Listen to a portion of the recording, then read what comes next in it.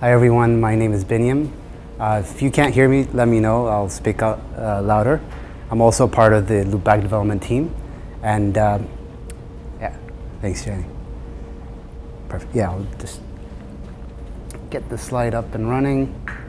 Before I get started, who has used LoopBack 3 or LoopBack 4 in the past, or who knows about it?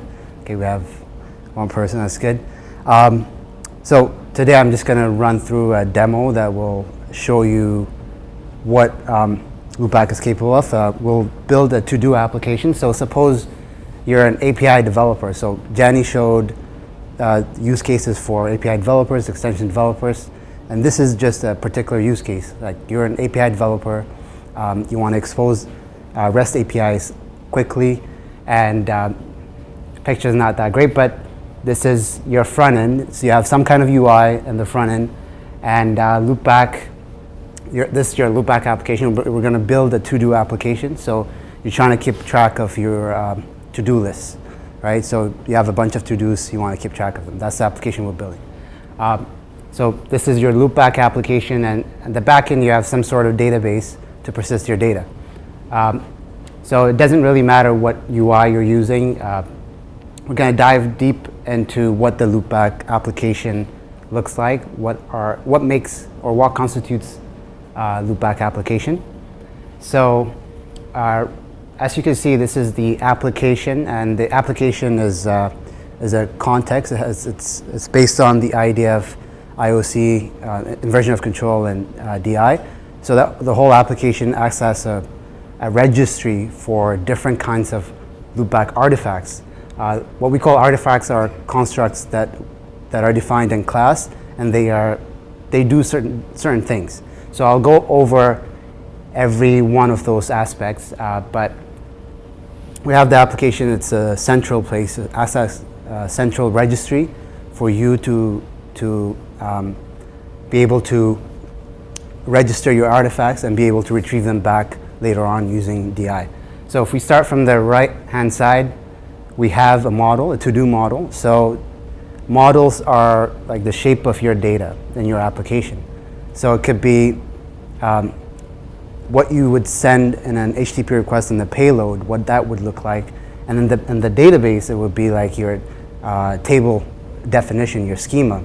And it can also be an OpenAPI spec definition, like a component. So it has a name, a bunch of properties and other constraints, and we'll use the lb4 command that Jania showed you earlier. We'll say lb4 model.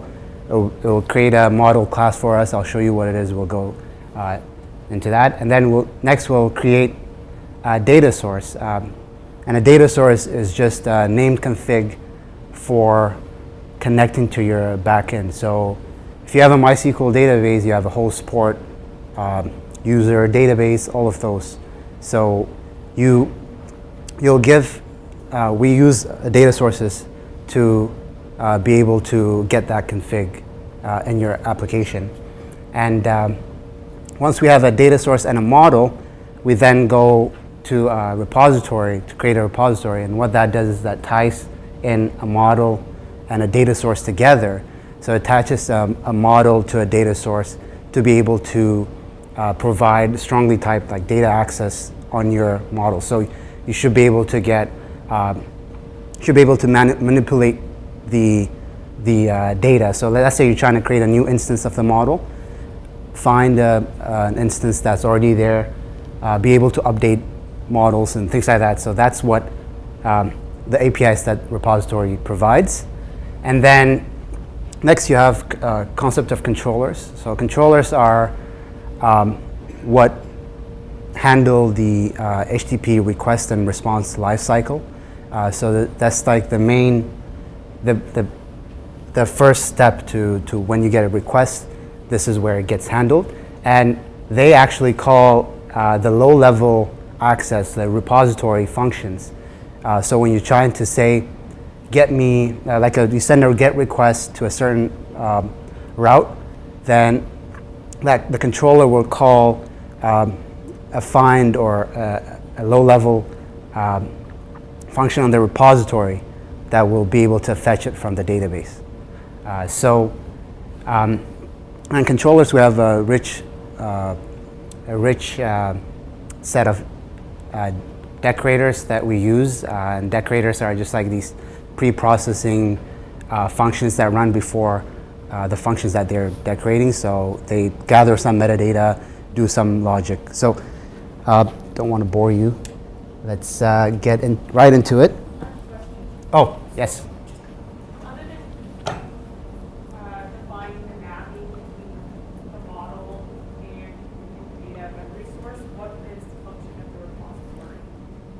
So can you repeat? Sorry. So other than, based on what you said, Yes. it's like the repository, the function of it is to identify and retain the mapping between the model and the data source, or am I misunderstanding?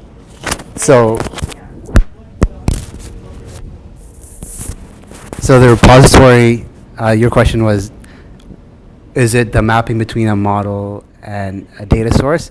So the repository takes in, it depends on those two artifacts, a model and a data source. It initializes the data source and attaches a model to it so that the concept is on that model, the behavior, so on the, control the behavior of the model. So be able to do CRUD functions on that model using the persisting it to the data source. So when you change your data source or your model, do you also rebuild the repository at that time, or is that? Yes, so the repository class, when you initiate it or instantiate it, sorry, yeah, you depend on a model and you feed it a model and a data source. So I'll show that in the demo. Thanks. Are there any questions before I start? Anything that's not clear? Okay. So let's build our to-do application from scratch.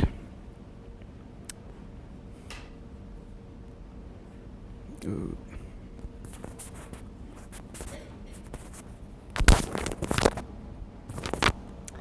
Okay, so the first thing that we're going to do, a prerequisite, is to install our CLI.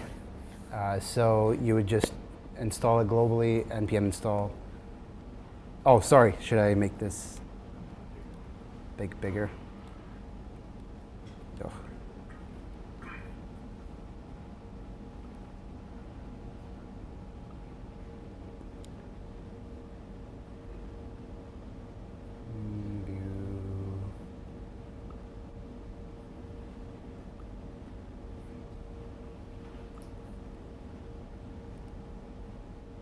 Is that better?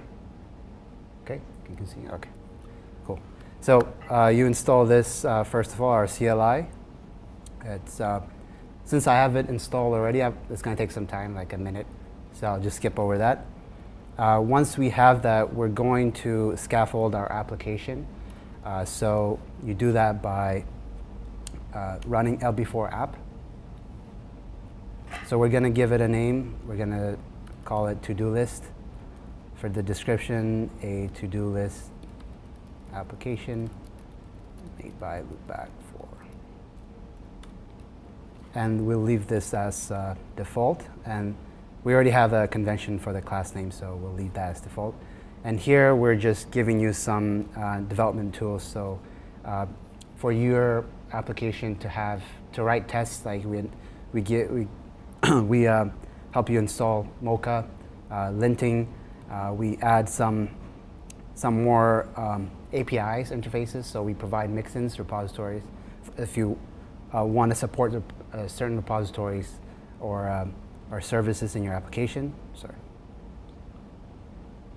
So right now it's just scaffolding the application, and just going to have a quick overview of what we get.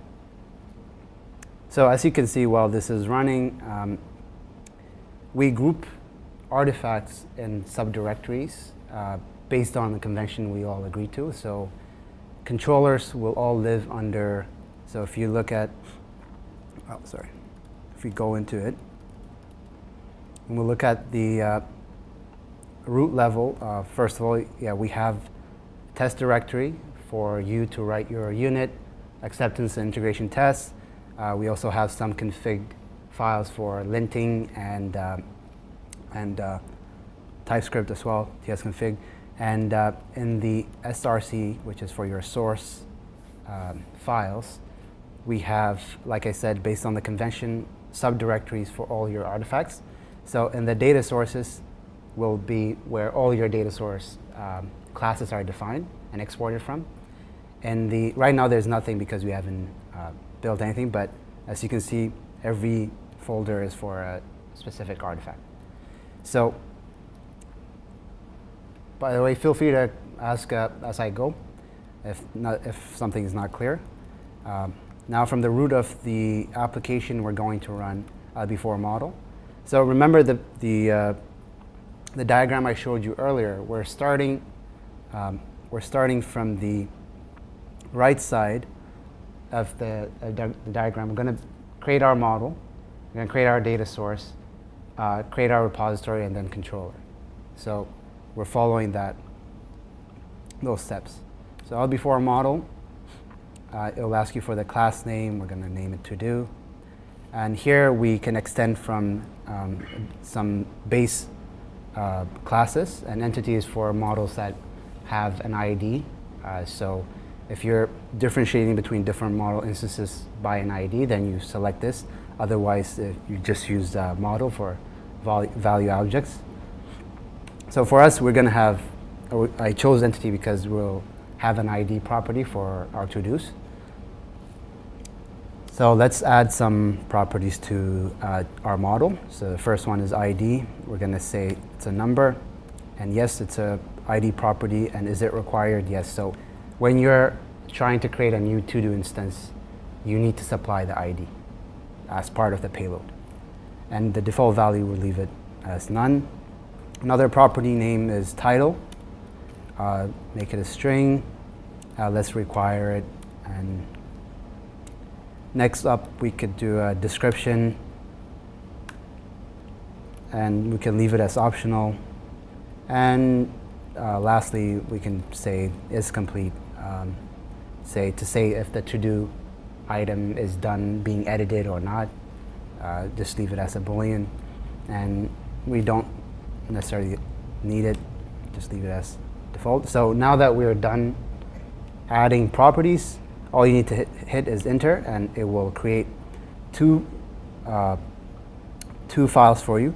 So let's investigate what those are quickly. Open it up in VS Code. So it will be in the src folder or source folder under models. We'll see our to-do model class created in TypeScript. Oh, sorry, yeah. There we go. Is that good for everyone? Okay. So, yeah. So just to go over this class, you can see the properties we created during the CLI prompts are here, all of them. And we also have some metadata about what the properties are. So for the ID property, we specified that it's required and it's an ID property. So we set this value so that our object relation mapper or ORM juggler can understand, and when it's trying to persist data, it knows this metadata. So some other metadata is also being applied here for title, that it's required, and so on and so forth. And all of this is created through the CLI. We already have a template, and you just give it what you want, and we already have our model class defined. So now that we have this, I'll go over the next file that was created. It was just an index file, and here is just for exporting all your models from this directory. So right now we only have one model, so we're exporting that. Okay, so now that we have our model, we're going to create our data source. And for our data source, I'm going to use a MySQL database. So I have a script that just sets up a Docker container with MySQL database running. So it will take only a few minutes. So while that's running, let's create our data source class. So it'll be for our data source. Data source name, we'll call it MySQL data source, or DS for short. And as you can see, we have support for a lot of SQL and NoSQL databases, as well as web services, SOAP, and REST. So from the list, we're just going to choose MySQL. And my instance has been created, so I'm just going to use the instance string URL. So this URL has all the info needed for connecting to this database, which is the host, the port, the user, and the password. So I don't need to specify any of these in the subsequent prompts.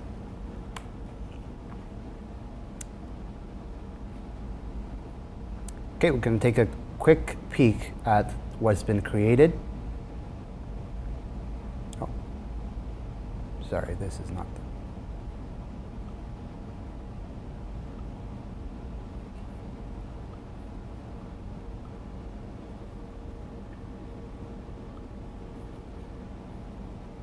Okay, so using the convention, we will go under data sources, and there's two files that has been created for us. One is a JSON definition, or JSON object that contains the config for connecting to your data source.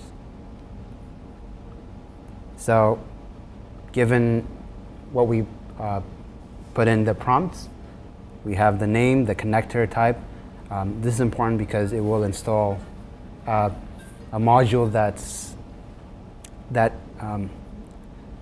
acts as a connector to the data source, so MySQL in this case, and the URL we provided. So once we have that, we also create a data source class that uses that config, and here, using dependency injection, it binds it to a specific key in our application context.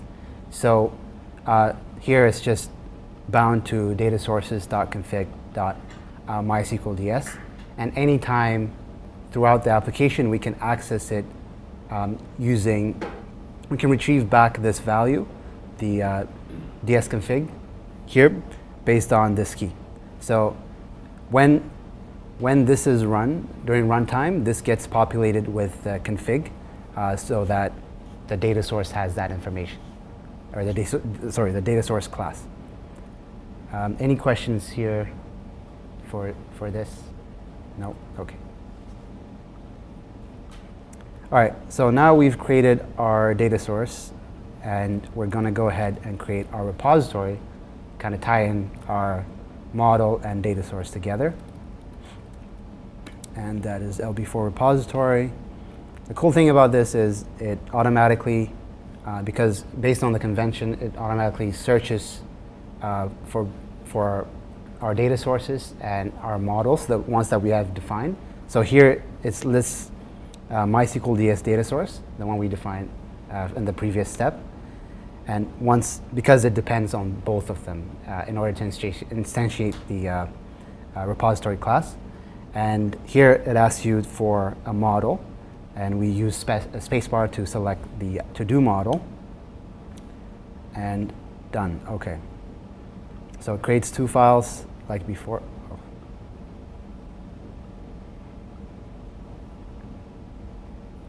Okay.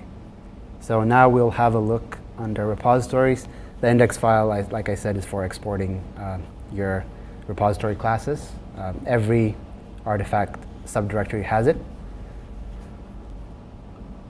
So I think this one is not used import. So we have our repository class definition, and we already have a set of base classes set up for you that export certain type of CRUD functions. And in this case, we use the default CRUD repository. So the two things you need for your repository class, whenever you're instantiating it, is a data source and a model here. And we get our data source injected using dependency injection. So during runtime, the repository will have an instance of this data source, and it will be able to create a new instance of the repository. So all of this from the prompts. Yeah, okay. What is the default CRUD repository of to-do and type of to-do prototype ID? What is this line 8 about? So here, it's just saying it expects, this is for type checking. So it expects a to-do model and its ID as part of, so every time you call the, like instantiate the to-do repository, you need to have those, like it's for type safety basically. Like you can't use another model in order to instantiate this. Or the default CRUD, I'll just peek. So this one provides all like functions here, all these functions that you can use for this specific model to be able to create instances of it using and persist it to the data source. But I guess you're asking for what does this line actually do, right? No, I think it's answered my question. Sorry? I said I think you've answered my question. Okay. Sorry. Yeah, we could go talk about it again later on if you want. But yeah, so this is the definition for our repository class. Any other questions before we move on? Okay. Now we're going to create our controller class, and we're going to name it to-do. Here we have the option to create an empty controller class, and you basically have to define all the functions in that, or methods in that controller class that will map to a certain verb and route in the HTTP layer. So when someone tries to hit that route with that verb, then it invokes this this method. But we give you a set of CRUD functions out of the box, given a model and a repository. So you select the to-do repository and model from before, and here it asks you the type of your ID. So this goes back to our model definition, and for our ID we use the number type, so we'll select number. And the HTTP path name is, so this just by convention, it will have all these functions mapped to this route. Okay, so if we go back to our VS Code and look at controllers, the ping controller comes with, whenever you're scaffolding LoopBack application, we provide that. But this is what has been created, the to-do controller.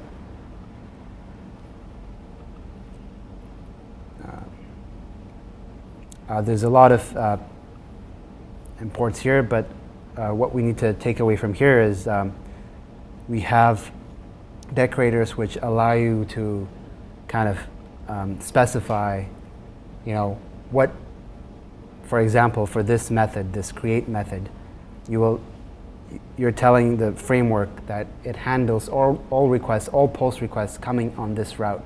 And we also provide a response metadata.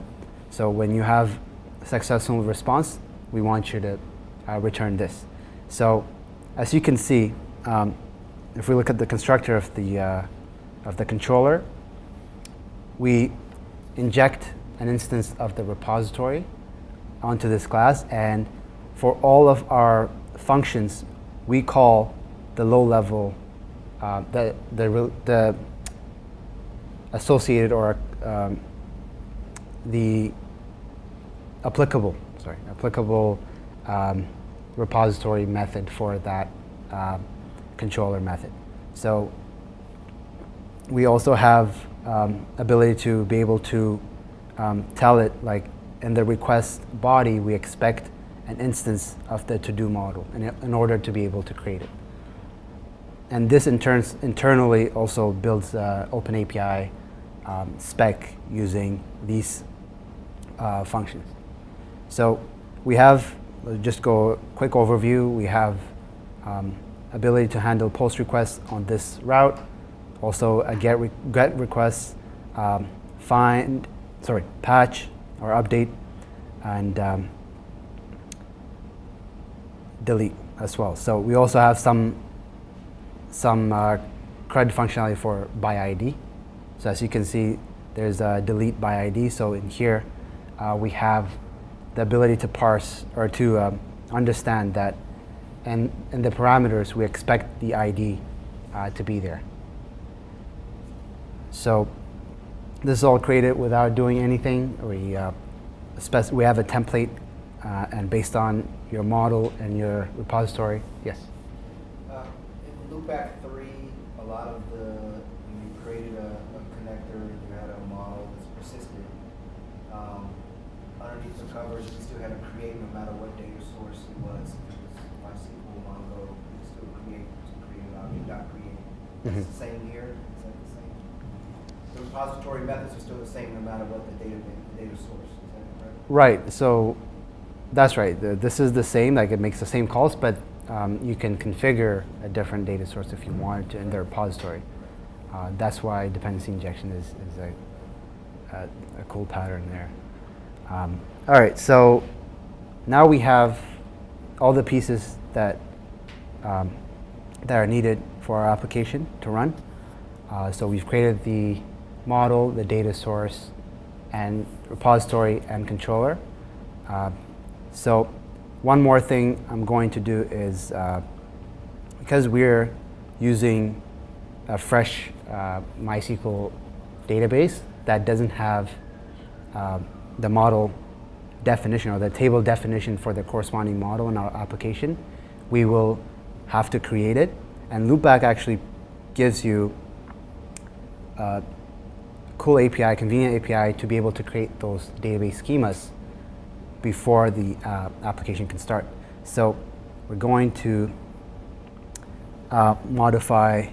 So here, the main function or the main the entry point for our application, we have a booter that Jani was going over as like one of the necessary components, and the booter is actually a convention-based booter that searches through all your artifacts and automatically binds them to the application context.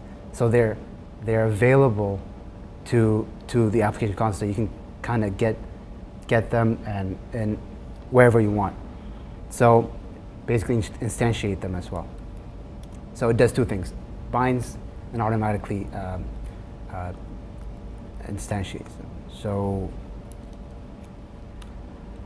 we have a convenient API called migrate schema, and what that does is for the MySQL database, it goes in and is able to create all your model definitions or table schemas for the models in your application.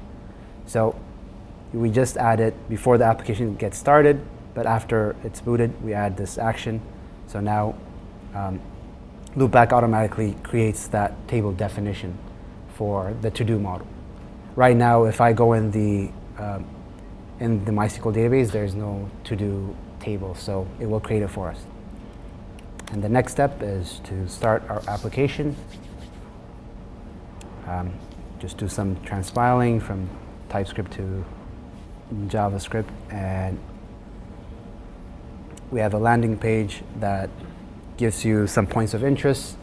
You can view the OpenAPI spec that has been generated for your application, and the ping controller comes as part of the scaffolding, but it has all the metadata, the response, what operation is, and all these response metadata, what it expects, and things like that. But two things I want to show you is we have an open API schema for to-do. So this corresponds to just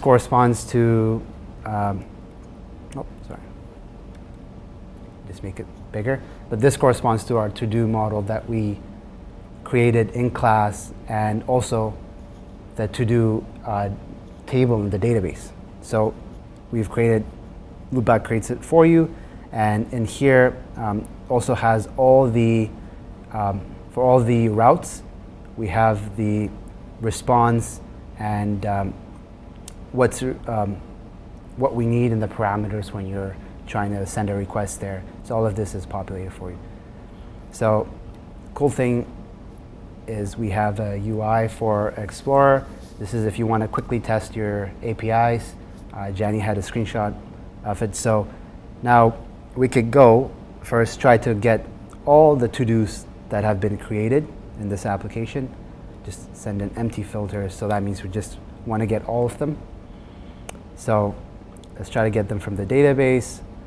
We get back a response code of 200, success, but the response body, there's nothing. So there's no instances that have been created there. So we're going to create an instance ourselves.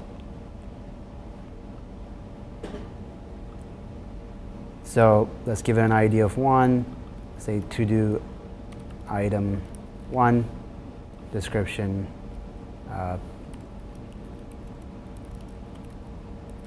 doesn't really, so we can say false. All right, so we sent our request. You can see what the response body is. The response body is what has been created in the database, and yeah, we get a response code of 200. So if we go back to retrieve, so let's look at the ID. So the ID is 1 here. So if we try to retrieve to do by ID, so we get request. First, let's say ID number, ID 2. So there shouldn't be anything that exists there. So we get a proper error, 404 not found, right? It's not there. So if we try ID of 1, we get back the to-do instance that we persisted in the previous call. So this is quickly allows you to see visually what has been persisted, and you could run, update, delete, test your APIs from here. And we'll run one more bonus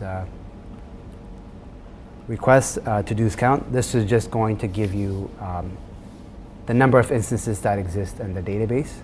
So number of to-do instances, and there's only 1, so we get back a count of 1. Okay, so yeah, that's what I wanted to show to you today. We've successfully created a LoopBack for application for keeping track of your to-do items. Any questions for me before I pass it on? Okay. Do I have time for? Oh, yeah, go ahead. If you add a field to this model, what does that process look like? Add another field? Yeah, like. Yeah. So you could do it in class. Like you can go to the class and define another another property here. So You don't have to update the repository and other stuff? no, once you have updated here and you run build again, transpiles the source files, then it will be propagated. So you don't have to. Another thing you could do is you can run the CLI again, do the same, create the same model, and just add a bunch of other properties. It will overwrite what you have here, and you can do it that way too. But